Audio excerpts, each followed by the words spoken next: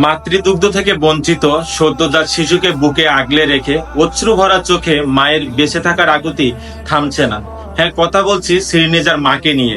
শ্রীনিজার মায়ের 2টি কিডনি নষ্ট, সপ্তাহে 2 দিন তার ডায়ালিসিস করাতে হয় এবং প্রচুর পরিমাণে চিকিৎসাও ব্যয়বহুল।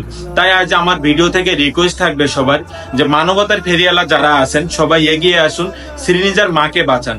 ওনার স্বামীর পক্ষে এই চিকিৎসাটা চালানো সম্ভব না, উনি যতদূর পেরেছেন চেষ্টা করেছেন, কিন্তু হতভাগ্য স্বামী কি করবেন, পুরো চিকিৎসাটা উনি চালাতে পারছেন না, এতটাই ব্যয়বহুল। অনেকেই সাহায্য করেছেন, সাহায্যের টাকা দিয়েই উনি এ পর্যন্ত চিকিৎসাটা চালিয়েছেন, কিন্তু উন্নত চিকিৎসার জন্য আরো অনেক বেশি টাকা প্রয়োজন।